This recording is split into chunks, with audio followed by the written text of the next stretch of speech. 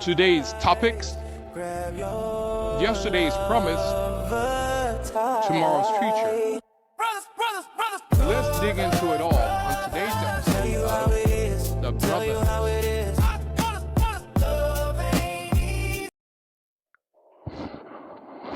The Brothers. Antavius Wings, the Justice. Fred Hawkins, like tides, the Conservative. Atlanta, where it all collides. Fred stepped in, the trio came alive. Aprice Three Neil voices, Thompson, one mic, now the story the Bleeding Heart. Late nights, deep talks, the bonds grew tight. Dr. Lamar White, dreams to the the Love Doctor, for the Bro Mel segment. We laugh, we share, spinning life stories, no truth left spare. Brotherhood on air, pull up a chair, three minds, one heart, we're everywhere. Brotherhood on air, we laugh, we share, spinning life stories, no truth left spare. Brotherhood on air, pull up a chair, three minds, one heart, we're everywhere. Right.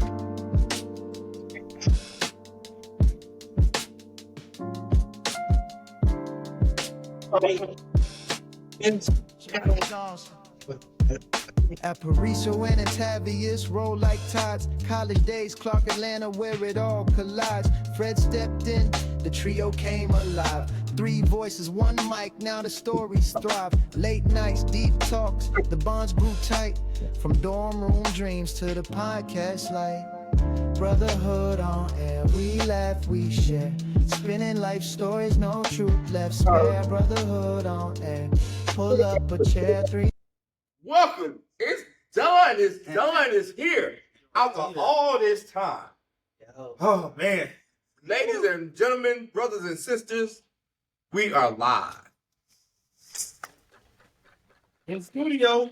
In studio. The brothers are in studio. Can you believe it? Mm-hmm. That's all I can say. Like, I'm just excited. I'm so excited. I need some cheering. Three minds, one heart, we're everywhere. But everyone.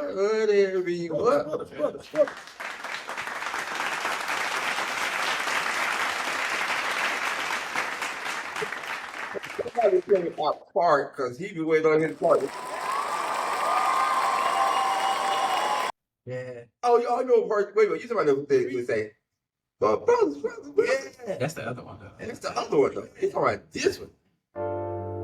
Yeah. Brothers in the house tonight, talking about love and loss and pain. Real shit. And Tevi Aparicio Fred. Yeah. Three fools from the A, met in college, yeah. Chasing dreams, paying dues. Lamar the Love, Dr. Two, dropping truth bombs all night. So turn down the lights, grab your lover tight. Brothers. Tell you how it is. Ladies and gentlemen, welcome to the very first episode, the live episode, of The Brothers. As you can see, me and my brothers are here live, enjoying ourselves and probably having a little too much fun with some libations, as you can probably see. We probably should institute a rule that when we are live, we drink more. We drink less. We drink less. It's homecoming week. It is homecoming week. We can relax It a little is the bit. turn-up time. It is home. Dr. White don't have a shirt. He ain't got a shirt tie. Dr. White. No, it's homecoming. It's homecoming. My brother in town. My brothers don't have on a suit. And it's Friday night. Look, it's homecoming. It's Friday night. We are live and we are overlooking the city of Atlanta. You probably can't see it because it's kind of dark back there. But believe it or not, we see all these cars going by. It's active on a Friday night in the city of Atlanta, right, guys? Going down Right, tonight. sir. It's going down in the Oh, no. It's gonna go down in Somebody here. Somebody said the city gonna be like ATL in the 90s. That's all I'm saying. Oh, wow. Who's that? Birdie told me that. That's what Larry told you. That's how Atlanta gonna be this week. Is that gonna be this He week? said it's gonna be turned up like the 90s. Don't like that. So listen, all of us went to Clark Atlanta University. Absolutely. Yeah. Absolutely. One at what? I don't even know where you go. Clark Atlanta University. One exceptional. God, One exceptional institution. what have you been drinking? I didn't know that's where you were going with it. He been reading his manual. He been reading his manual. Oh, you doing I'm good gonna put a for beating on your ass. One exceptional university. doing? When we find a way, or what? Make one. Culture for service. I do remember that. That was on the test. I had to take that freshman orientation test. That was on the test. I didn't take freshman orientation till my senior year. Oh God. Yo. I was trying to graduate. Told me I need to take some freshman course. How you did take? Man, I had a cool advisor, man. Sadly, I believe it. I really was. All right, so listen. Tonight we are live, and but it's homecoming. There's no better time to go live than during homecoming. But we still got business to take care of tonight. Yeah, business take care of. And you know, we said we were gonna do a part 2 to this whole sins of the father thing. Good. And Rightfully so. Aparicio, a partial. Y'all got Inside jokes. Inside jokes. I'm a work in progress. Y'all gonna have to take. Somebody gonna have to take the wheel, yo. This is just getting. What did you give me? done it once. Black one. Burn it up. Black and black. Back stop. But so it's top of swamp. This nigga hotter than what they say, a stripper in church. Stripper in I set it up. I did a whole in church. I heard that one. I heard that one. I learned it now. I got that one down. So listen, other than me and my hotness, like, I'm gonna represent FIA. Hey, either I'm gonna wear this, I'm gonna tell her butt naked. So, y'all rather have this. Ape shit. Yep. Y'all rather have this. But so tonight, ladies and gentlemen, we are going to just dive a little deeper into our episode that we talked about, sins of the father. And y'all remember last week it got a little testy up in here. We couldn't say anything because every time we wanted to say something, Aparicio jumps in. Like when we watched it back, we were all scared. We didn't know what we had done. I had to get it off my chest. He gotta get off his And then he said, "This ain't about me." Right. What you mean it ain't It's all about you? about been about you. The whole episode was about you. What you talking about? It didn't mean to be about me, but I had to not get off my chest. I appreciate y'all for letting me get that out. Get there. I felt much better. Can I see your invoice? Free advice. No invoice. Well, let me tell you, you was on one. Man, we didn't even talk about child support deep because what? Woo, but Boy. but do we have you know the what we call it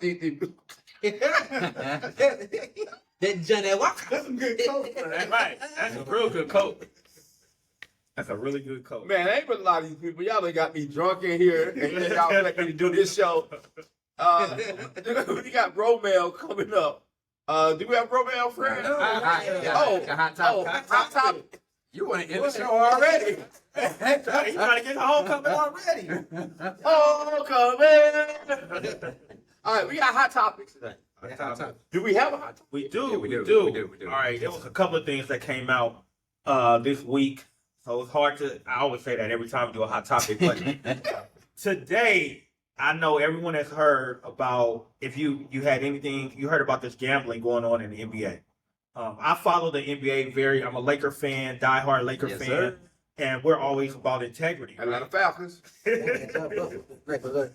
We're always about integrity. But we have a clip that we want to play about. LA Lakers are all about integrity. No, I'm just saying, being an NBA fan, we appreciate the we do competition appreciate and integrity of the other sport. Oh, okay. When we win across the board. We don't want to be like we're cheating or anything of that Who was nature. that? Lakers?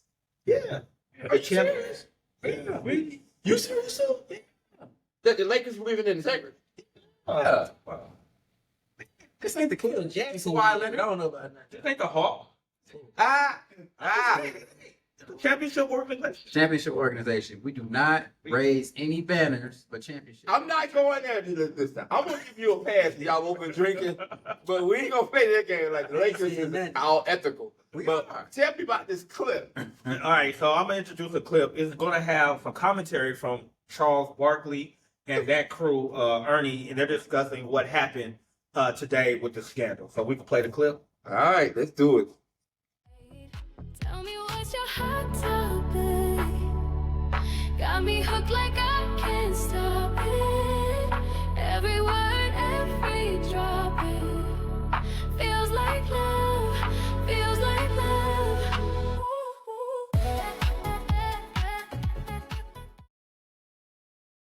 You say the league dropped the ball on the Rozier part of Yes. this? Because they had already looked at it and said we didn't have enough, but not on the Chauncey. They didn't drop the ball on First Chauncey of all, these are two Billups. different things. Yeah, There's exactly. two different things. So the league dropped the ball on Rozier, you Take say. Chauncey out the equation. All right. And the reason I'm mad at Kenny is, man, this ain't got nothing to do with damn gambling addiction. This ain't got nothing to do with addiction. These dudes are stupid. Why are they stupid? You, under no circumstances can you fix basketball games. Under no circumstances. I love to gamble. The notion, like, Rozier makes $26 million. Him betting, giving people information or taking himself out of games, how much is he gonna benefit taking himself out the game to get unders? Like, he's making $26 million.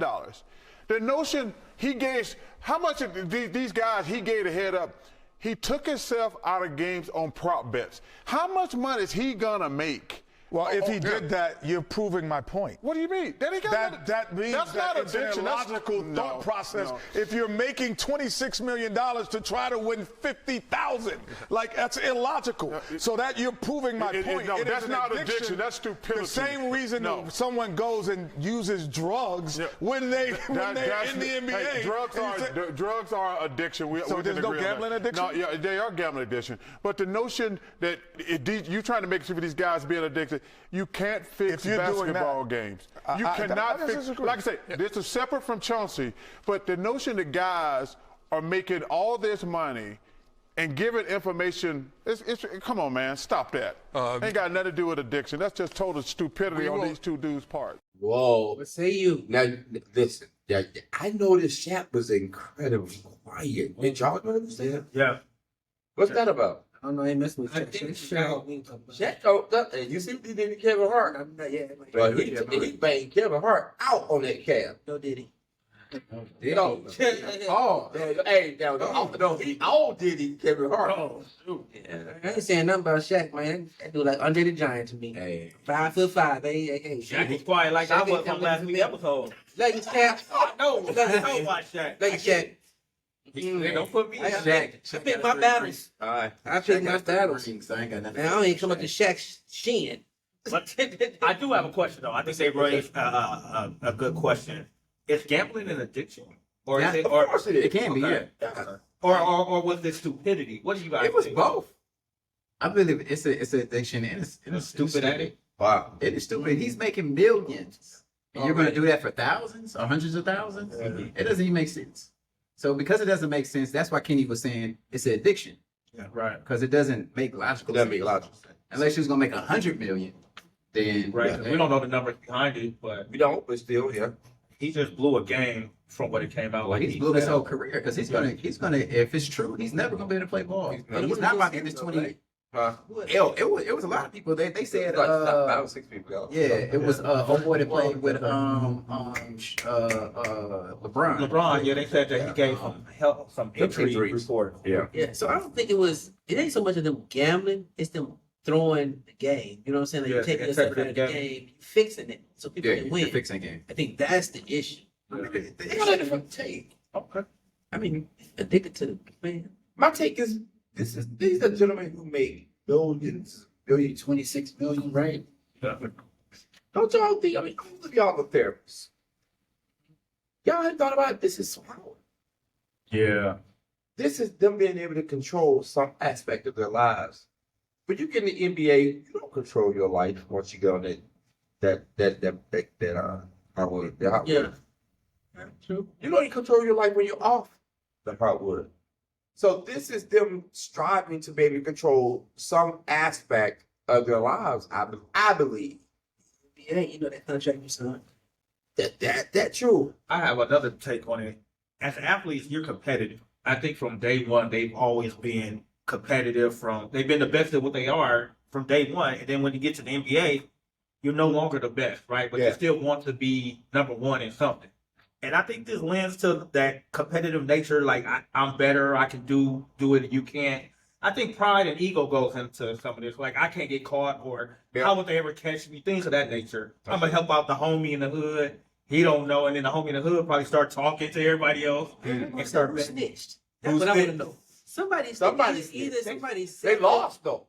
Probably did, but maybe. Right they know. Tasha K. Right? That Gilbert Arenas said something. What? That just came out when I was looking at Tasha K always giving. I don't know. Where's in TMZ? What? That bitch is TMZ. Tasha K be on it. If Gilbert gave him up. That's shade. He said allegedly. Hey. Allegedly. He said my name is allegedly. That's what Gilbert Arenas He did. It just came out. I just saw the clip, but I wasn't able to dive into it. But you know, Tasha K, you gotta watch. So tonight, sweetheart, yeah, it's time. Yo, they gave me the liquor. That's all I'm saying. They gave me the liquor, so you got what you got, America. Oh, this DJ Quick, you know what I'm saying? Tonight is the night. So. Tonight is the night. Or play that. Let's play that. See, you don't know nothing about the West Coast. I thought we were gonna play. You picked the wrong one. You know, all right. I thought we were gonna pick the kitties up. What's that song? Outkast. Oh, we gonna pick. Choose the right one. You talking about? I saw who we to see. I see everybody. I see every girl. I see around town. I thought we playing on that. Hey, that's gonna be the song we bring. Can we bring that song in up? No, we cannot. We can't come back on that. You don't like that? Okay. Copy. So what? 33 seconds. Oh, we get 33 seconds. Get 33 seconds. But we ain't gotta do it because I won't get sued anyway. So, all right. So look, ladies and gentlemen, that's it. Hot topics. You had your say. You had your say. Yes, sir. I'm a little intoxicated, so I did check. You had your say. I did. I had my say. America, tell us your say. www.thebrothers, THE, as a boy, ROTHAZ. He tried. He gonna get it. He gonna get it. He gonna get it. He the moderator, so he gonna have to get it. Ain't got to fall. And I come see your ass on www.thebrothers.com. THEB as in boy, ROT as in Tom, HAZ. That's how you spell brothers.com. After this, we're gonna go to break. When we come back, listen, we're gonna dive right into this part 2, right? Yes, sir. Let's do it. We got a special guest. Got an empty seat up One of our best friends, the only Ramon McCord, who we asked him what he did for a living. Now he's not Tommy. He's not Tommy, dog. But all he said was, I procure contract. Sound like money to me. For the federal government. Now when you see the suit this brother got on, hey, then you gonna know that he ain't Tommy. I hope he ain't Chauncey either. This Mo. This Big Mo. Big Mo. We already had Big Fur. Big Mo. Now we got Big Mo. But ladies and gentlemen, this is your first and hopefully not your last, not your only live episode. But y'all should not get out of the water. I can't drink like that. It was only one shot too. That's not good. And they had half a little piece. Right. Half a little piece of Y'all in From the A, met in college, yeah. Chasing dreams, paying dues. Lamar to love, Dr. Two, dropping truth bombs all night. So turn down the lights. Grab your lover tight. Brothers, brothers, brothers. Brothers, brothers. Tell you how it is. Tell you how it is.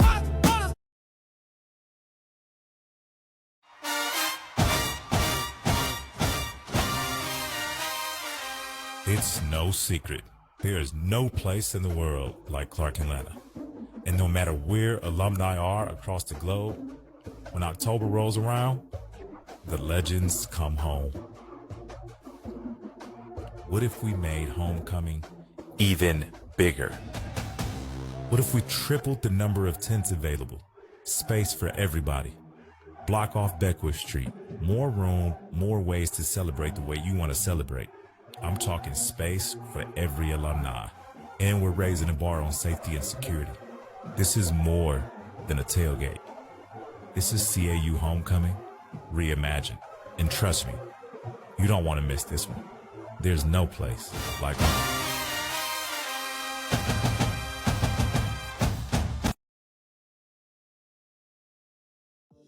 When you're too hot or your nights are too cold, call heating and air conditioning. Cause what I've always been told, when your HVAC system is on the blink, call George is what I think. Before you even hang up the phone, it's George from Heating and Air Conditioning. Call us today to get your heating and air conditioning system serviced.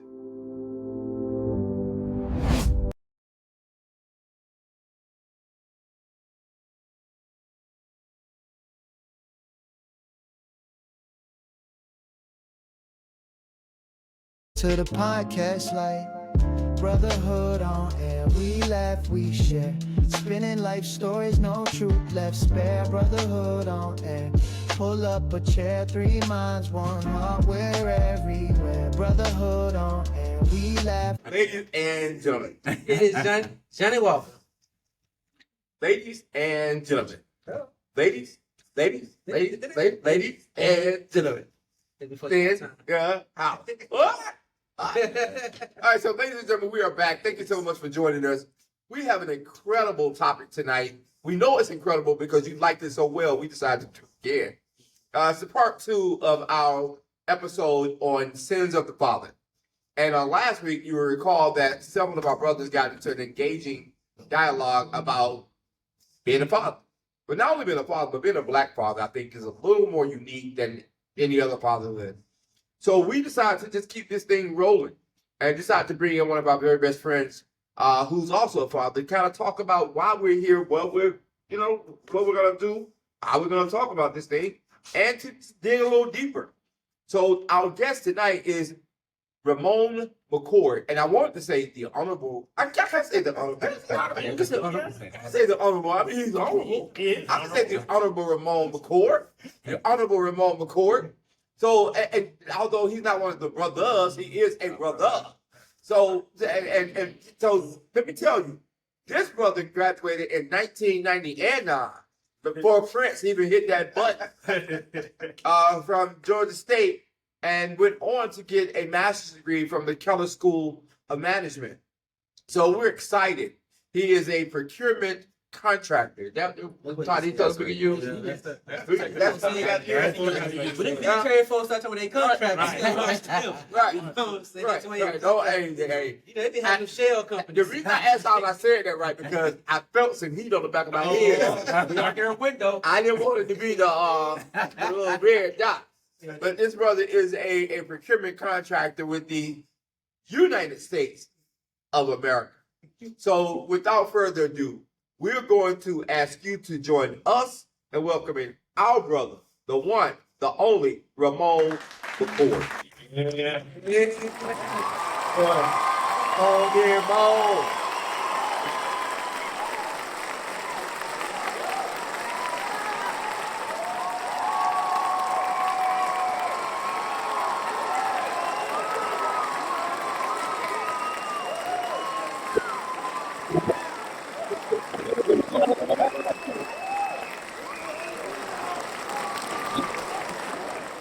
Y'all this. I forgot.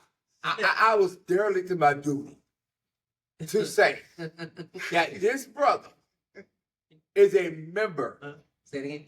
of the armed forces. That's motherfucker. That was good. That was coming. That was good, though. That was good. But this brother is indeed a member of Kappa Alpha Psi Fraternity Incorporated. Yo. Don't ask me how all my best friends ended up being Kappas, and my best friend, who was here last week, decided that, we're gonna let the Kappas hold it down this week. Because the Alpha did such an amazing job last week. Ramon, Ramon, Yes. how you been, brother? Look, man, all is well. I appreciate you guys bringing me up on this particular episode.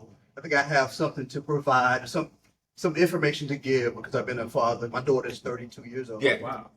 So being in college, trying to maneuver with education and being a father, I think I have something to lend to this conversation. Absolutely, I and appreciate we you want guys to hear it, man. So we're gonna dive, head first into this episode. So this is incredible, man. I'm glad that you have a lot to add because last week your frat brother. I heard. I had a moment. I heard you had a moment. I understand. Hey, but we've been dealing with this all week. One thing I want to say to you and to the brothers, me and Aparicio, while in college, we had conversations about this. And you didn't solve this for him. Well, I mean, we both was going through it. I mean, it was, it was tough times trying to juggle. Me, I was doing the military and school and trying to be involved with my daughter's life. Wow. So, there's a lot of stuff going on at one time. That's a lot. So, and I remember, I think I shared with Aparicio that I remember him and I talking about our daughters and things that we was going through. That was back then. Yeah. Wow. That was in 97, 98. We're talking about fast forward, 2025. And you said your daughter's 30? She'll be 32 December 7th. How do you feel when I go to a 32-year-old, man? Golly, you're old. Well, I'm gonna say this. Dr. White said that I look young, but I told him it's the Beijing. And so, hey man, it's a blessing, man. Yeah, absolutely. Yeah, we're gonna point one of these guys moderators because they know a whole heck of a lot more about this topic than I. The part that I know about is how to represent a brother or sister dealing with it. Interestingly enough, I have only represented two people because I went back and looked at the last episode. I've only represented two women on custody issues where there was child support, where there was a little bit. Isn't that crazy? And all my years of practice. But, the interesting thing is digging into this whole concept of sins of the father. Why is it that fathers feel like you've done something that most men feel like this is the ultimate? Those who don't have children, feel like having that child is the ultimate. And how is it that you come to feel that any part of that becomes a sin? How does that happen? Ramon, you go. Oh man, that's a good question. Let's define what you say sin. Okay. What do you? What I mean? Yeah. Sin meaning that oftentimes you don't have what you anticipated to be the relationship with your child that you wanted to, and a lot of times, I think fathers, especially Black fathers, it seemed in my conversations that you all take on an incredible amount of responsibility. That's fair. And guilt. So, tell us how it became, that our Black men seem to think any portion of raising their child becomes a burden or a sin, or they don't enjoy it. So I would take it from the beginning for my situation. So I didn't find out about my daughter, and this is not a smear. Sure. And you said you became a father at 25. 25. Yeah. Well, actually, I was 23, but I didn't find out till I was 25. Yeah. So when I did, of course, with any man would go ahead and fess up and do what he need to do to ensure that his child has what they need. So immediately I went and got the blood test done. DNA came out to be 99.999. So, I mean, do you think she really yours? Yeah, she looks like me. Out the 999. Yeah, she looks like me. But I think the burden, though, Tavius, is being that I was here in Georgia in college, and she was in Virginia. And so I think that was the burden, because it was kind of hard to kind of This is Yeah. even for grown people. Yeah. You were a kid. Yeah. And but of course I attempted to make sure that I got the joint legal custody done. I knew I couldn't get joint physical custody because that you don't get that as a father when you're in a different state. Isn't that horrible? That's typically how it happens. And so it's crazy that you resolved to know that. Yeah. It's like you don't get it if you're a father. Yeah. Yeah.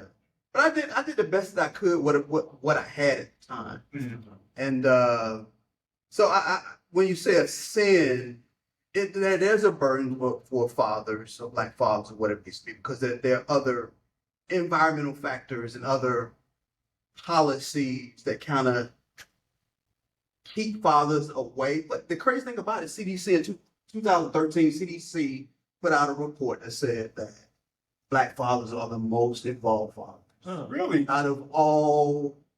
Is that true? Yes, sir. Yeah. I would love to finally put that on our website. And the crazy thing about it, over the time, I want to put this in there because over the time, I was there for just like who was that?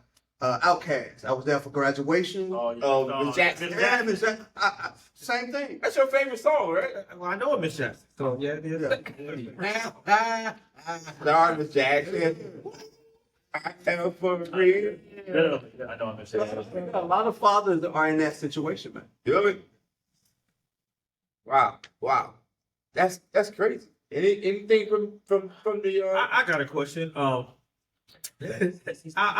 jump in. Let's go, Brent. Let's go, baby. Since I'm living what you live. Yes, right? sir. Yes, sir. I'm in the middle of it. I know we had some conversations. I don't know if you remember. It was years ago, and I don't want to put this situation out because that was your personal business. But I know you were giving me some advice of the connection because I have a child. I have some children that are out of state. Sure. And of course, as you stated, I love my children. I want to be there for them each and every day. I think one of the burdens or things that I carry every day is never be, and I think Al kind of alluded to it last week, where from the beginning, being like watching your child walk, being there when they don't feel well, those physical elements, throwing that first baseball that you see on TV or what you imagine growing up.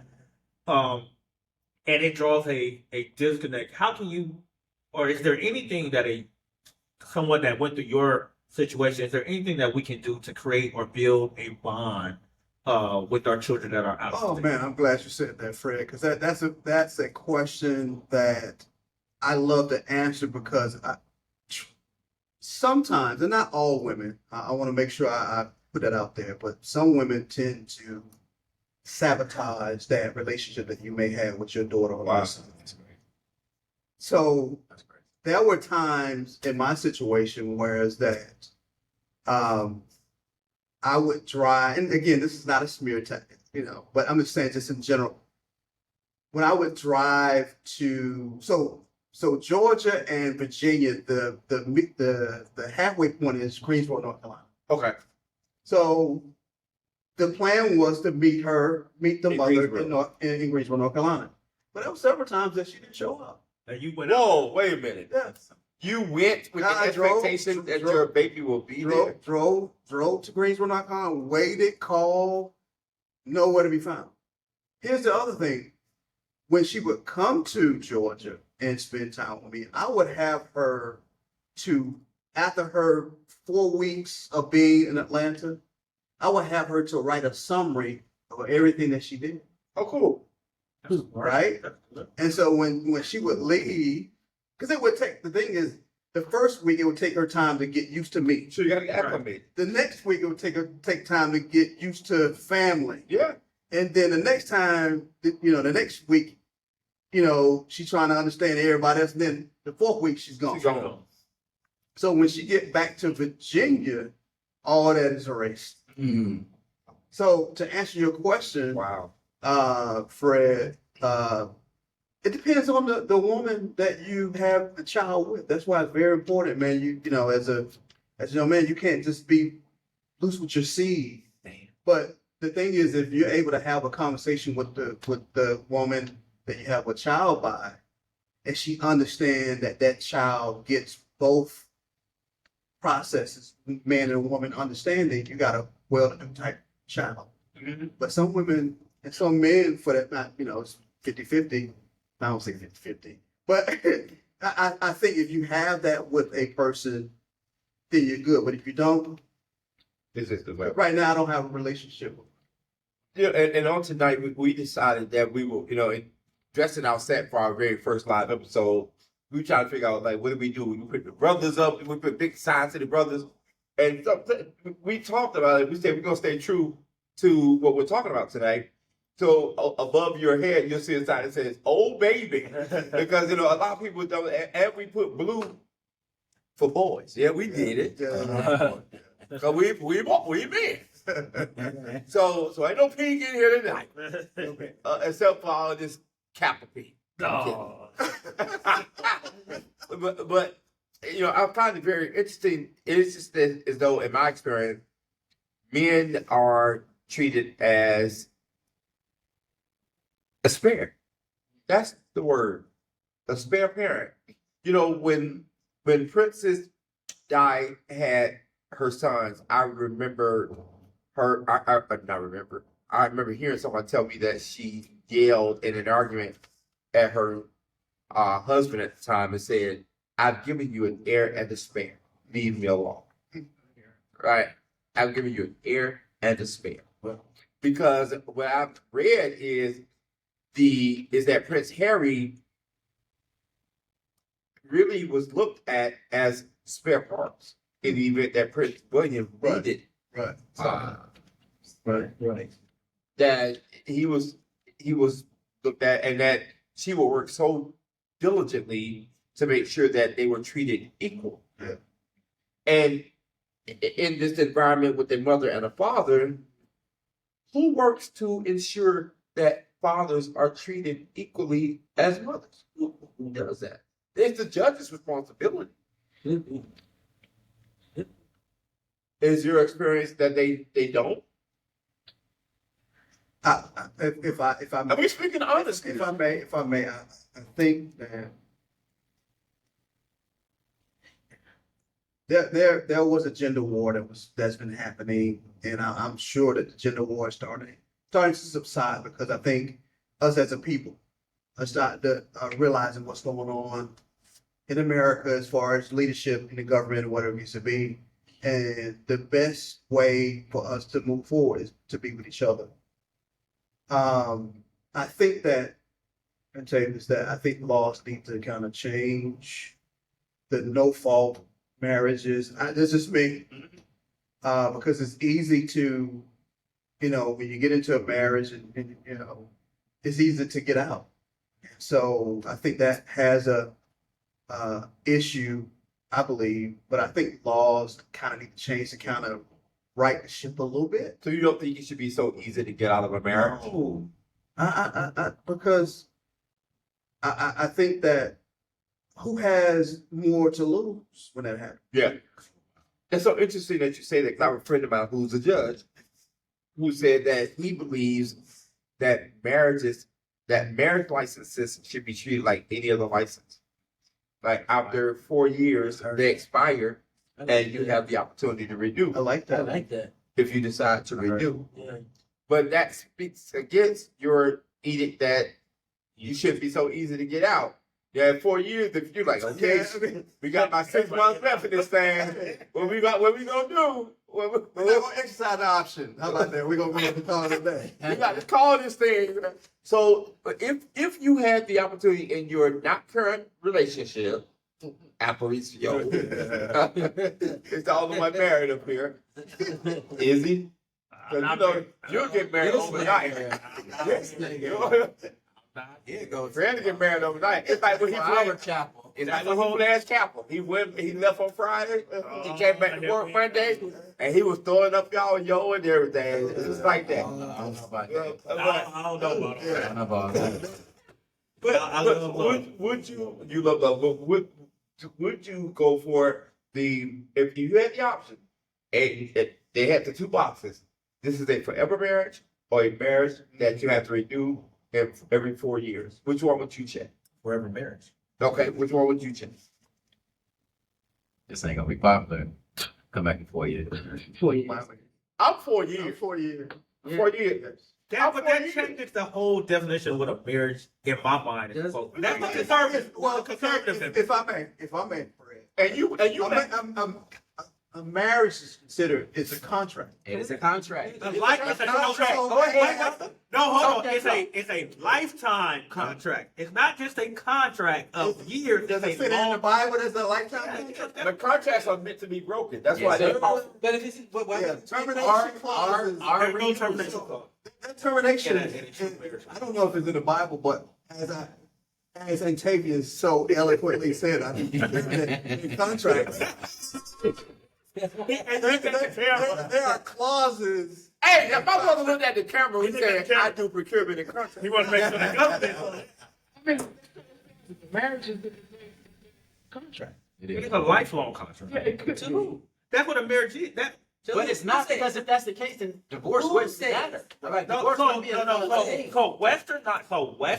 Western civilization has made it. Right, but hold on, let me talk. Western civilization has put a different. I'll accept that. They have put a different outlook on the way we view marriage, and the same way we. What did they do? Hold on. The way we view divorces. Other cultures. But you said Western. Who is that? Other cultures have 2 Here, and 3 wives. like America. Other cultures have 2 and 3 Not wives. all other cultures. A lot of them do. No, it's not a lot of them. A lot of them do. What's a lot? A lot of them. So you just talk. So it's not a lot of them anywhere. He can do his Google. We find out right now, Fred. I would tell you, don't be trying But to you know what? You have to adjust to what the situation is. I'm on Google. In the West, it's not, I mean, as far as marriages, it's not viewed upon like it is over in Egypt. But why is that? Is it because does slavery have something to do with that? No, it's Hold on. I would say slavery did do something to the black family. The dynamics of the black family. Do to the dynamics of the black family. When you snatch a man out of, you snatching a man out of a house, people. Just say people. Well, people. I don't want to. Okay. When you snatch somebody out of a house of a family, put them to work or send them overseas, it changes. Strip them of their country, strip them of their culture, and of their dignity. Of their dignity. Yeah. And then even, but we don't even have to go to slavery. Let's talk about the civil rights movement. No, but even with slavery, because you remember slavery, they had butt breaking. Remember? Well, yeah. If you were a strong black man, they would take you to the triad. If they couldn't break you in the Bahamas, you might have made the Haiti. If you didn't make it, they would leave you there. If they couldn't break you, but they would leave you there to be broken, so that you could be sold once you got to the United States. But even in modern times, we couldn't remember black men or in a family, we couldn't get resources. The government wouldn't give, if you had a man in the house in the 50s and 60s, you wouldn't get resources. So what did they have to do? The father had to leave for his family to eat. I think that plays a major role in how we do marriage. And they also arrested him and gave frivolous charges to remove him and put him in jail. But to answer your question, it's 40 countries. Okay. But how many countries are but we're looking at... Yeah, that does matter. It's probably 150 countries. Hey, you know Google. He's asking how many countries. You know Google. We're talking about impact. Okay. We're talking about impact. We understand that those things that you just mentioned, they all mean well. But we're talking about what's going on in 2025. Okay. One out of four black women will get married. Get them, 55% of black men are single and childless. You study. That's blackdemographics.com. Thank you. Go ahead, say it again. Blackdemographics.com. Single So we're talking about something that's happening currently right now. So you have to, I believe, you have to adjust with what's going on here. I understand what you mean. Our parents, our grandparents, they understood the role of being married. Yes. Right. It was duty and honor. Yeah, it was about love. Yeah, that's what most women. But it's not only love, Ramon. It's love, status, because the ring got to be a certain size. Sure. Your house got to be a certain. You got to make a certain amount of money. Yep. But then when I look at what they're offering me, nothing. I'm not getting that same thing. It's a double standard, right? So. And to ask for, there's 195 countries in the world. So to tell me there's 40, that's not even that. Well, I'm just saying, the percentage. That was not your question. That was not your question. Out of 195 countries, bro. It's a minimal. You did. Thank you. It's a minimal amount compared to 295. That's 40. That's all I care about. 20%. 20%. 20%. 20%. 20%. That's multiple. We need to. No, we don't need to go to commercial. And before we go to the commercial, marriage in the Bible is defined by the sex. It's not defined by the contract. What was it before That's what the people Bible? don't understand. What was it before the Bible? It's a contract. What was it before the Bible? I don't know. I don't know anything before the Bible. The Bible is That's in the the beginning, Bible. God created the heavens and earth. Yeah, That's the Bible to me. That's the Bible to me. So marriage in the Bible was actually having sexual intercourse. Which version? The That King was James considered version? whatever verse you want. Because he definitely wasn't having no babies. He wasn't. So It's irrelevant. it's not relevant. You know, it's not. Al, I'm gonna put it like this. We're gonna in social work, bachelor social work, right? If you have a different publication of a social work book, do you throw the whole publication away? You do not. No. Okay, and so why would you do it with the Bible? There's Damn. different versions of the Bible. It's good. Which version do you Three up top. Which version do you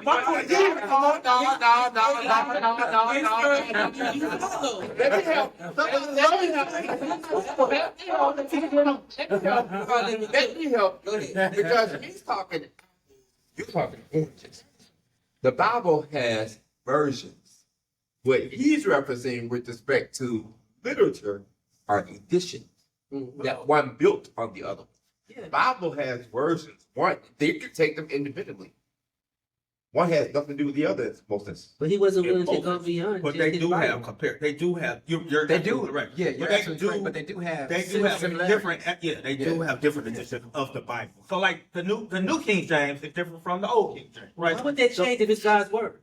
No, it's not. If it's It's God's interpretation. it's an interpretation of God's word. Interpretation of God's Right. Interpretation. Oh God. Whoever's right. Whoever's right now. I Yeah, forgot. it's meant to rule. It's I the power forgot to who define. you were. Yeah. Ladies and gentlemen, Let's get it cracking. welcome to Let's the get it Brothaz. cracking. Live. Let's go. Hey, this is what y'all have been asking for. Everybody, why y'all can't be in the same That's why we spot? can't be live. That's why we can't be in the Yes, same you spot. can. 3 months won't all well. From the quad to the world, every tale's legit. Fred's jokes hit hard, Apariso's wit. Antavius drops wisdom smooth and quick. 3 heads, 1 vibe, the chemistry. Hi guys, this is your girl Trina Braxton, a proud licensed real estate agent with Howell Luxury Group Realty. Since joining HLG, I've been able to realize that the real estate world is a different place and HLG is an expert. Allow us to help you make your next home purchase one of the best decisions ever. You'll have your forever home and HLG will have yet another satisfied client.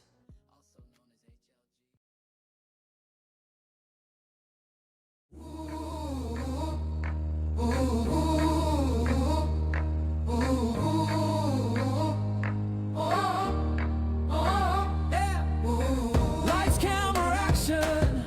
Ready for a chain reaction in the city of dreams. Oh, where the peach tree gleams. Something big is coming. Hear that rhythm drumming. T-by-UF connections. Yeah, we got the right solutions. T-by-UF passions for all your grand illusions. T-by-UF passions.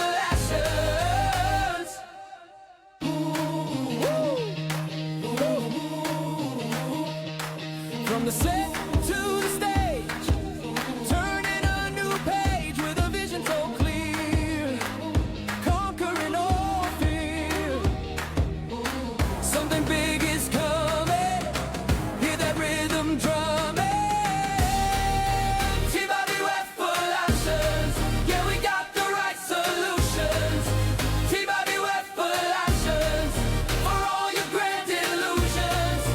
T-by-UF passions, yeah. T-by-UF passions, yeah, we got the right solutions. But that's not his decision. You can say that, but biologically, he's different. Welcome back, ladies and gentlemen. We are back on the Brothers. As you can see, we're having a lively discussion on something that has nothing to do with our topic. We're gonna get back. So, this topic is about Johnny Walker. And the black edition. Okay. Is that to do with babies and daddies? Sins of the father. Unless you're talking about Jesus. But that's what they talking about. God is my heavenly father. Okay. Tiny. Was God But a child so support? be it. So listen, Ramon. Yes, sir. I have a question about just your relationship with the child's mother. Now you say that your child was born when you were 23, but you didn't find out when you were 25 until you were 25. So she was born December 7th, 1993. So does that mean that you had a bitter, difficult relationship with the mother at the time, and it took 2 years, or was the meal just slow?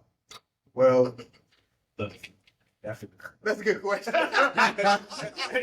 got to turn it. I said, well, dang, I'm glad you didn't ask me that. you must wait class. You must wait class. You questions. We learned something. Look, you guys, I'm gonna be transparent, right? So, so I found out about my daughter 3 years later because she was nefarious in some of the things she was doing. Okay. She was not your daughter. No, her mother. She was separated from her husband. When she got pregnant? Yeah. Did you know? No, I found out about it. No, did you know when y'all were doing the doo-doo? Well, Doing the big. Thank you, no. Y'all forget this Alpha's good. They give me a son. Hey, we don't do no doo-doo. So, everybody do no doo-doo. Well, we not do. So, to answer your question, and tennis, is that she was married, but she was legally, I guess she was separated. And I came in, I was a Navy sailor, of course, and I came. Had on that white. Yeah, that white. I came back from a 6-month cruise. Damn. In Lamar, I was 6 months. I did a South America cruise. Go all around Colombia, Recife, Brazil, Argentina. So you basically had nuts for everybody. After 6 months. Is this your only child you got out there? 6 months? The camera can't save you. America. I don't know. I don't know what you're talking about. Hey, after 6 months, I could have populated the whole. Hey, what? Been on this ship too? You Right. ship? But let me get back to the story. Dumb and full of Come. So when I get back from that cruise, I went to this club in Virginia called the Foxtrot. Oh. It was a club that was called, the last name was Trap. So the club was like maybe a mile away from the base where the ships were, and So all the natives it's knew. in Little Creek. So All you the got- natives knew though. Yes. Got it. So, but make a long story short, I mean, we locked eyes or whatever case be. I didn't know she was married. Of course not. And of course, we had a rendezvous At night? that night. Okay. And it led to that. And then I go back to whatever the case it be. And then I come back to Georgia. I got honorably discharged. Yeah. We came back to Atlanta. Well, you're a procurement contractor, so of course. No, I want to give it a contract then. But now you are, so you had to be. Developmental studies student. Oh, so, but I found out 3 years later when I was 25 that I had a child. So, did she still have a husband? That's the thing. I think, to be honest with you, and I'm giving the story. I think that she attempted to kind of work it out with her husband, with the daughter, and I think it kind of went awry. Got it. And then when it went awry, it kind of came my way. Came back. Well, it usually happens when the child starts growing older and it don't look like him. Yeah. You can work it out all you want to, but if all of a sudden you start seeing this little dark skinned, curly hair little girl that she look more like you than me, we kind of understand as men. We know that. Yeah.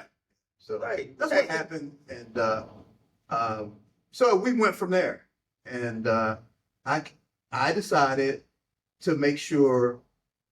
I mean, the military said, "Hey, Ramon, you're gonna do what's right." And then my parents, I had good parents that said, "Hey, do the right thing." Sure. And that's what I did. You know. Did y'all try to make it work since she was no longer? Well, that's the thing. I mean, I at the time, I didn't see her like that. I mean, I was right off the ship. Well, yeah, that's what you saw like that. Just one night. It was just one night. I mean, I mean, It is what it is. Are you saying that was a like liquor?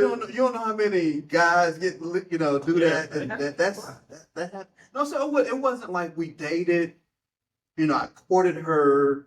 I took her out to dinner. Yeah, it was none of that. Yeah, but I mean, hey, as men, we do what we're supposed to do. Yeah, and when again, and I appreciate Fred. This is not a smear tactic. I think we have to take. I had to take accountability of what I did. Mm-hmm. You understand what I'm saying? Absolutely. And so, was I bitter prior to in the early 90s? Yes. But I think over time with therapy and kind of understanding, hey man, it's up to us to make the right decision. You know what I'm saying? You can't be out there loosey, loosey-goosey with your seed out there. Yeah. Somebody gonna take it. Yeah. Somebody gonna get to it. So, but I'm accountable. I love my daughter, and she's watching this tape, and I love her. Hey, actually, Sharice McCord. I love you. Hey, Sharice. You got a lot of uncles. You got a lot of uncles. You don't know if you got a lot of. Well, let me ask you a question. So you just said something. It brought me back to the last episode. As Tavius brought that up. Why do you think that as men, we always are quick to, make sure we put a disclaimer out there. This is not a smear campaign, or my daughter's mother was a great mother. Why do you think that as men we naturally do that? Even though the child is over the age, the child is of adulthood. So you can probably ask this question more, but I just because when you said that, it brought me back to I heard what I was talking about last time. I heard he mentioned that. Yeah, and then you just did it. And I'm sitting here like, damn. I'm gonna tell you why. Women get triggered quickly when we go in on them and we start talking about our feelings and experience. They get triggered quickly. So I think to answer your question, I think it's better for men to kind of take the approach and say, you know what, I'm not trying to, because we don't move the needle. The black community or the black family has been devastated over the past. You guys mentioned about what's going on with slavery, all of that, all of that stuff, You can put all that stuff in the bucket, right? Yeah. But we don't move the needle unless we kind of be a little bit compassionate, a little bit. Yeah. And it's a skill that I think we have to learn how to. So I'm not gonna say much tonight, but I will chime in and say a few things. We talk about breaking stigmas. We talk about breaking curses and all these different things. As admirable as that is, double standards are just not acceptable. Like, just like he said over there, he took accountability for everything that he contributed. He said, look, I wasn't thinking, I wasn't this, I wasn't that. But there's the other side to this as well. The person that was deceitful, the person that literally didn't even tell him because she was married. And then came back and said, hey, this didn't work out over here, so I need you to be accountable here. And then you asked the question earlier about basically whose responsibility is it? Is it the judge's responsibility to make sure that the father is in place? And that's an equal playing field. It's supposed to be, but it's not. Because just, again, I was raised by my father, but I was raised by my mother to begin with. And how bad my mother talked about my father. And then when my mother, basically couldn't take care of us, but she was on drugs, father stepped in and raised me from 5 to 18. Never said one bad word about her. Wow. And could have, but never did. But it's like this double standard. Moms talk bad about him, but hearing from my father saying that, son, I didn't know where you were.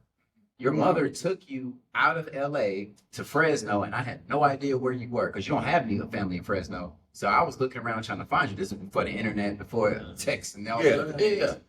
So there's no way that I can find you. But once he found us, he took physical, custody of us. And from there, I mean, he took care of us and Wow. never said one bad thing. Made sure that we spent at least 2 weekends with her a month. Made sure, not court order, not anything. He didn't put her on child support. He didn't do any of that. Nah. He said, "I'm gonna raise my kids." Now this is one. That's how we do though, intake. That's men doing That's what we it. do.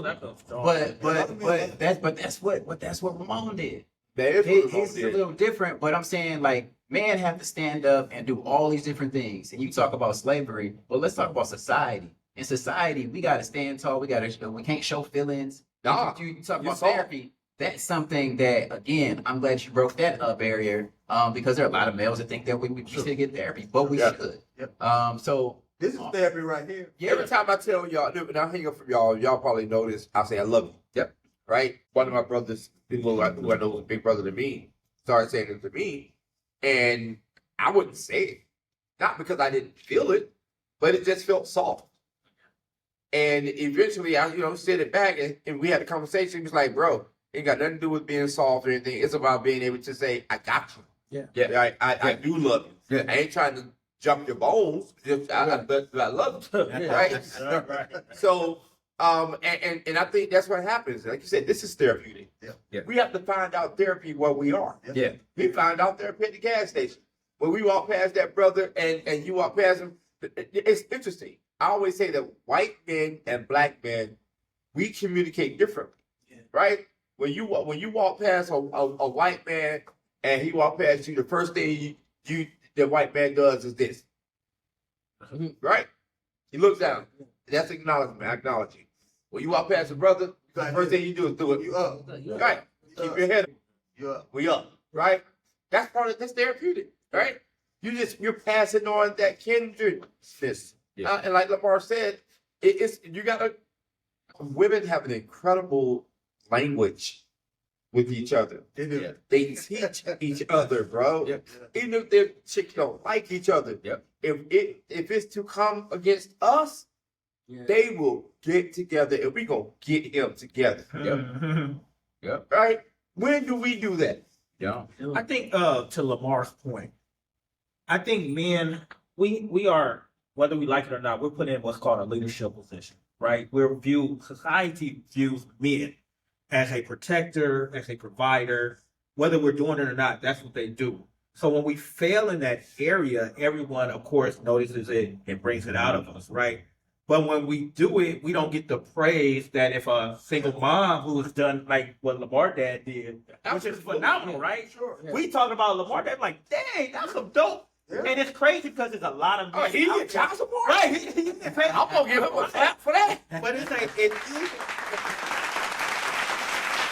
we're having that when you're engaging, when we're going to the fox trap, when we're going to the when we out there, we have to keep that in mind. And I know people are the Kevin Samuel haters. Yeah, sure.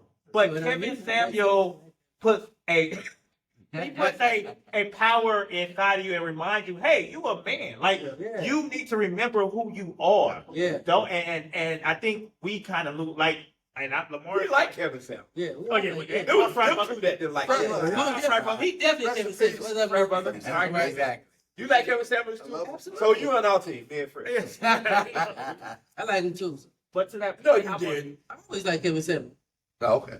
Me and you talk about Kevin Go ahead, Samuel all the time. But yeah, no, to that point, I want to tie it. I see what Lamar is saying. He's absolutely correct. Will we ever get there? I don't know. But I think that being a man, we have to teach our boys. We need to teach our nephews. We have to teach our world. Our world. Our culture. I'm sorry, go ahead. No, I was gonna say, just working at one institution, Morehouse College, they pour into their young men, and they make them feel more empowered by the words of affirmation to make them Morehouse men. Right? Absolutely. So, as you said, it was Clark Lane University sweater on. hey, I'm just letting. Hey, they used to pay my bills at one point. I know a little bit about it. But you know what's interesting is that until recently, if you had a Section 8 certificate and you're a woman and you had children and your children lived in your apartment with your property with you, if HUD or the housing authority decides that they wanted to visit, and I've been just seeing this happen back in the day, the first thing that woman's going to do is get up and go and grab all her boyfriends or all her husband's clothes and put them under the bed. You have an empty suitcase for the purpose of packing up your man's stuff at any time. Because if they see any evidence of men's clothing, you could lose your Section 8 certificate. Wow. Wow. So that says our federal government is participating in breaking up Black families. I have a real story to that. I had my son Joshua. This is a vulnerable, I don't really. But and tell you if he knows this. He was with me because my ex-wife, she was traveling the world, working as a stewardess, right? And I went to find daycare for my young son, and I remember the walk like yesterday, so y'all can feel the pain.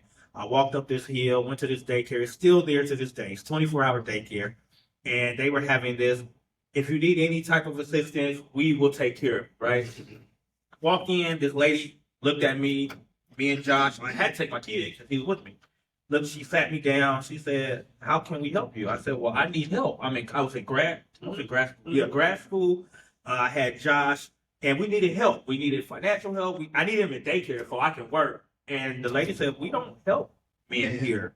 You need to go out there and get a job." And I was like, "I'm working. I remember that. I was working, right? But I didn't have the financial. I couldn't do it, and it tore me apart. I literally broke down and cried. I remember I told Wayne because I had changed. Literally, I bought him some ice cream, so he didn't know what was going on, and I bought us a TV dinner, and I cried because I was like, I can't do it. And it was hard. Of course, as a man, you don't want to tell your business. You don't want to, I don't want to call my brothers like darn. But it was that was a eye-opening thing for me of how they view men in our society. That's one of your sins that you mentioned. Yeah, some of the sins that what you're speaking about, man. I mean, that tears me apart because you're trying.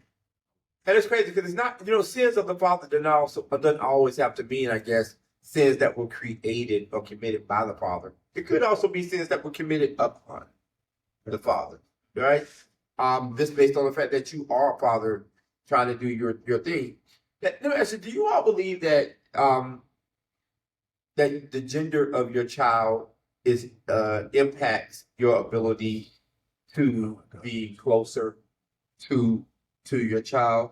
Like because all of y'all have girls, except for Fred. He got a myriad. He got everything. Fred check all the boxes. So this is not Fred's question. But I love you. I say yes. Here's why I say yes.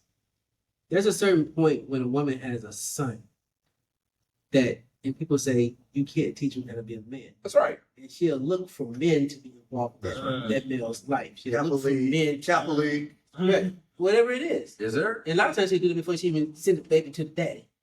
Now, because she wants to embarrass the dad. Yeah, for a father, a non-custodial father, we spend so much time being quote unquote the part-time dad that when they are of age, we can't, as men, we can't teach them how to be a woman. So they continue on with the mother, right? So I think it does have something to do with it. I think that during certain stages, that that happens. Wow. Yeah.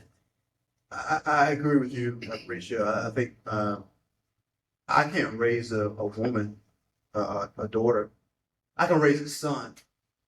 But I believe that the daughter being with the mother, if that mother gives the father an opportunity to kind of be involved with because that little girl is going, if that man is in that little girl's life, and he's doing the right things, as she get older, she gonna realize I'm looking for that man. That's my father. Yeah. We hope. Yeah. The hope. And so, I agree with what you're saying. I mean, men can't raise girls. And so, but we need to be involved with those little girls' life. Sure. Yeah. So they can pick the right man when they're out there looking for, not looking for that man to find them. Yeah. As a wife. But can a mother more easily influence a female child's life against their father than a male child's life and attitude against the father. That's kind of what I'm looking. So reframe that. Well, in your experience, do you think if you had a son that the mother would have been able to influence or impact his behavior? It's crazy because it depends, Antavius, because you have the situation with 50 Cent. I know what you're talking about. Yeah. We don't want to bring in celebrities, but no, sure. But 50 Cent and his son, I mean, the way his mother, I mean, the son mother kind of made him. He's terrible. Yeah. I mean, he's entitled. Yeah. He don't believe he need to go out and do anything. Yeah. It's ridiculous. It's appalling. But do you think that's some of what? Because I've seen some of what's happened. But I get the mom may have done some of that. But do you think some of that is all of us when we were that age, and we grew up being told daily, your daddy ain't crap. Your daddy ain't shit. Your daddy ain't here. That thing kind of linked with my daughter when Ashley, when you hear your dad ain't worth shit, your dad ain't nothing, you hear that for 17 years. It sticks. Yeah. It sticks. I don't care if I was there for elementary graduation, high school or college graduation. Yeah. By the way, I paid for her student loan to graduate from Old Dominion University. Whoa. So still to this day, that mother has influence on that child. Yeah. Boy or girl. Sure. Because women are the first teachers of history and culture. Mm-hmm. Mm-hmm. So they're gonna receive everything that mother said. Is that your experience as well? Mm-hmm. Wow. Yeah. So is there an answer to this? Is there a way for these young brothers who are out here who've just now become fathers? Y'all have done it. Fred is in the middle of it. What about these young brothers who are getting ready to do it? He just found out, I just had a boy, or I just had a girl. What's your advice to them? Although we men, and sometimes we like to soil our radionuts. He mentioned it earlier. We gotta be careful who you procreate. Yeah. You need to be sure about that person, because it is not a 18-year thing. It's a lifelong thing. So the procreation is done. He's had the child. The child is here, and he's coming to y'all saying, "Okay, I'm a daddy. I'm 23 years old. OGs, as they call us, moms. They call us elders when we turn 55. Right. Hey, did you get upset when AAS or AARP sent you that tote too? But so, ladies and gentlemen, when we get back, we're gonna answer that question. What do you say? What did we say to the next generation? Because that's very, very important. What is the next generation thinking about this issue? Yeah, brothers in the house tonight, talking about loving.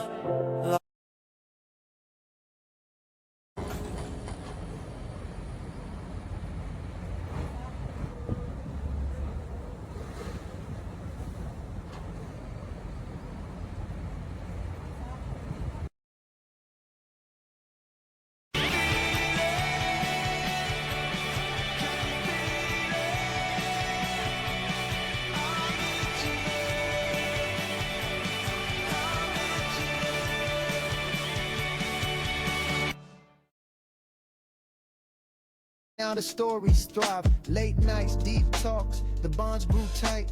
From dorm room dreams to the podcast light. Brotherhood on air, we laugh. What do you? Conservative lover or something. He said, I'm the brother. I'm the brother. He said, okay, ladies and gentlemen. Yeah. Now that you see what we really do behind scenes. Homecoming. And it's homecoming. We have our special guest here, Ramon McCord. Thank you so much for joining us, Ramon. This has been an incredible episode. The dialogue's been amazing. I think we're really getting through. But now we're at the anecdotal stage. Well, how can we help someone? That young brother who comes to you all at age 23, who's just been told that his girlfriend had a baby.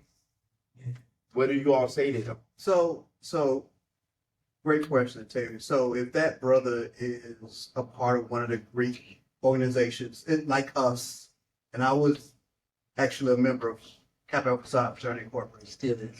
Still is. And Kappa Theta, Georgia State University. So again, like I mentioned earlier, my sayings, Apparition, we talked about that. We were talking, having conversation about that.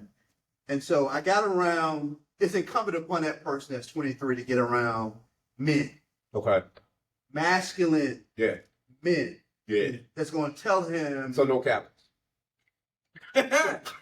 Masculine. True fidelity. We'll mark that.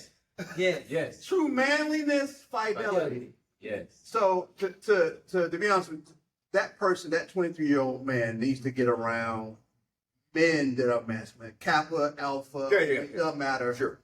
To give him a roadmap and what that looks like. Because it's going to be tough for him.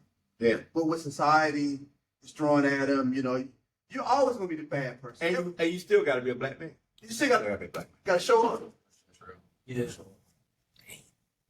So you haven't had a kid yet. What I would say, $5.99 would be the best investment you ever made in your life. You can choose $5.99 and you can choose $899. Price of condoms. Price of condoms. Yeah. So what condom you bought? Now, single Trojan. Yeah. You gotta get the good kind though. I ain't ever bought a single condom. Hey, when it go down, it go down. Back so, in the day. you don't know if I ever what? I believe in co-parenting, right? Understand the power of co-parenting. Understand the power of communication. At that age, there's a lot of flaws in communication. Ramon said it really, really great earlier. Therapy, right? Therapy, because you may need it. But co-parenting, being able to communicate with that other, with your significant other, is very, very important. If you can, if you cannot, find a bridge who can co-parent for you. Find an advocate. Find a mom. Find a friend who believes in that family value. Find a church. Find Greek organizations. But I think finding co-parenting and communication is very key. Okay. Well, there you heard it, ladies and gentlemen. This has been an incredible episode, and this has been part 2. I'm not sure that we can ever get to a point where we feel rested and resolved on this topic. And, we joke and we tease about our different fraternities and things of that nature. But I think it's important that as Black men that we continue to support each other the way that we're doing, that we're showing up for each other, to be able to talk about what the issues are, what they were, and what they're going to be for those young brothers who are out here trying to navigate being or becoming a father. So, this is the part, in our show that we go to Romel. Romel.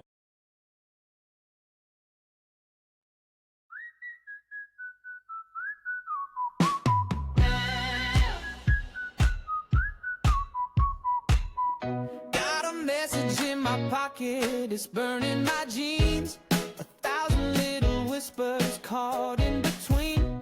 The words we never said, they're echoing clean. Folded edges sharp like a knife. Every crease holding pieces alive. Romeo flying through the air tonight. Written in ink, but it feels so right. Sealed with a laugh and a brother's fight. Romeo, Romeo, hold on tight. Romeo, Romeo, hold on tight. I'm going to read this letter that was sent to him, but I'm going to read it on their behalf. How do you find love at an HBCU homecoming? I hope this message finds you well. I wanted to reach out because I got a question that's been sitting on my mind as homecoming season rolls around. How do you really find love at an HBCU homecoming? Now, I know how that sounds. Homecoming is usually about parties, the bands, the food, and reconnecting with old classmates. But somewhere between the tailgates, the step shows, and the parade, I can't help but to notice the energy in the air. People are smiling, the women are looking good, and the vibe feels like anything could happen. I'm at a point in my life where I'm ready to meet someone genuine. Not just someone for the weekend, but someone who could be a part of something real. But with all the excitement, it's hard to tell who's there for the memories and who's there for a meaningful connection. Love Doctor. How does a man or woman go about finding authentic love in a setting that's full of nostalgia, energy, and temptation? Is it even realistic to expect something real to spark at a homecoming event? Or should I just enjoy the moment and let whatever happens, happen? Also, what are some of the signs I should look for or avoid when meeting someone in that type of environment? I appreciate your wisdom on this one. Doc, I want to enjoy the homecoming experience, but also keep my heart open to something deeper. Sincerely, a hopeful homecoming romance. Let me try to Dr. break. Love. Let me try to break this down. The love. Wait, before you go. That's a lot on your plate. Don't ask that kind of question. I'm looking at them. I'm gonna try to do my best. Wait, I'm gonna ask that question. Wait. Go ahead. And say it. Go ahead, brother. Person. Yeah. You must got some of the worst credit You probably do. ever. Because Because you've been having Ramon co-sign for you all night. So you have not showed out the way you showed out tonight. I was going to attribute it to the Johnny, then I was going to attribute it to being live. But all of it got to do with a man. Johnny, you thought it was coming. It was coming. He had to get one. Listen, all I'm asking is, what's the problem with finding love at homecoming? Well, first of all, don't nobody go to homecoming to find love. You can find love anywhere, though. You going homecoming, back then. Only if you free do you Right. take your new wife to homecoming. Yeah, you don't do that. Ramon found love at the Fox track. So, I think we should learn from Brother Ramon.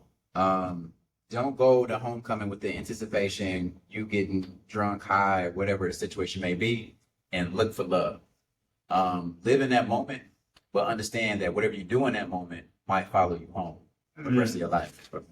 So if you go into situations like we go into homecoming all the time, there might be somebody that from back in the day that didn't speak her mind, and you might make that connection.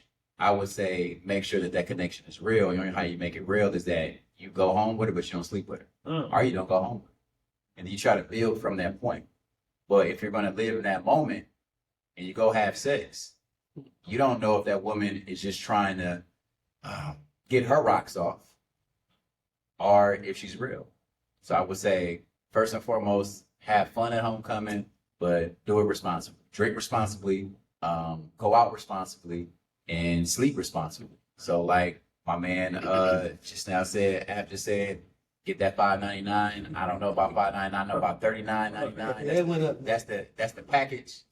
Yeah. That's the pack. Married me nobody battles no more, so I may be a little. Yes, sir.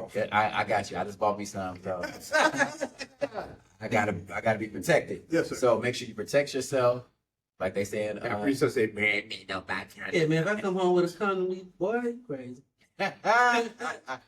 So protect yourself at all times. Have fun during homecoming. The temptation. If you don't give in to temptation, and she doesn't give in to temptation, maybe it's gonna be real. And let's see how much you guys talk. Because 9 times out of 10, when people come to homecoming, they coming from all over the country. It don't even have to be homecoming, man. It can be any time. Could something like that happen in New Orleans? Yeah, it can. And ladies and gentlemen, that's the show. I don't think I will ever have this opportunity. I will never have this opportunity again. I got both of them there. I can't hear this story. I got both of them here. People are gonna go now. The procurement. Now we're about to find red light. I got both of them here, y'all. I don't know. Can it happen in New Orleans? Can that happen in New Orleans? New Orleans was a special place where we had a good time. Our brothers hung out. I don't We know went what to he the talking Noops. I ain't no new. That's why I didn't have to. We the Noops. You're right. That's why it didn't happen. You want me to tell what happened? Nope. Apologize. apologize. Was it a situation like New York and Fred? Oh, it happened in New York with Fred. Was it like one of those situations? So we about to end this show because LeBron has had too much to drink, and I didn't shoot at nobody. Oh my God! Take us home. Take us home. The bar. It was worse. How can it get worse than that? Everything. I'm gonna get Ramon was not a part of part 2 in New Orleans. Only I'm pretty sure the part of part 2. Come on, man. But ladies and gentlemen, That was a good one. this has been the Brothers. Our first live episode. You asked for it, we gave it. And thank you so much to our brother, our real brother, Yes, sir. the one and only Ramon McCoy, Thank you, man. who put up these. I don't know what he put up in the air. You know, he just. Thank you so much for being here. This episode would not have been what it is without you. You gave incredible foresight and insight, and you were able to dig to places that we know other shows would not have gotten. We understand who we are, T, and we appreciate that. So thank you so much. We're going to listen. We're open. You You got to see anytime. Yeah, you know. Anytime. Hey, Doug, gotta make it. Hey, bring that brother chill, man. But anytime, man, you are welcome. We appreciate you. We thank you so much. And ladies and gentlemen, unless y'all got something else y'all want to say other than it's homecoming. Safe out there, What do y'all. we play? Do we ever know? Well, wait a minute now. We've been winning lately. Yeah, we have been winning. No, we on a 3-game losing streak. We on a 3-game. 3-game losing streak. 3-game losing streak. We don't play. I don't know who we play, but it's gonna probably be another L. We never know. We never know. Oh, you got your homecoming tickets to the $77. They are 77. Get your homecoming tickets because they're 77. Listen, I heard that you can't jump the gate this year. No, So they got extra security. That's where that money came. you can't jump the gate. Don't try to jump the gate because I heard they perk walking you this year. Perk walk. So and you know the step show was last night. I ain't gonna say who won, you know, but the step show was still Thursday. I heard that, I heard the bros brought it out, but what they bring out? Go ahead. I'm not gonna do it. Because I'm telling you. I'm not gonna do Go it. ahead. Go ahead. Go ahead, Cletus. Love y'all. We're out. We out of here. Nope, I ain't saying nothing. But ladies and gentlemen, we love y'all. And unfortunately, there just ain't a whole lot you can do about it. And we'll see you guys next time. Today's topics, yesterday's promise, tomorrow's future. Let's dig into it all on today's episode of The Brothers.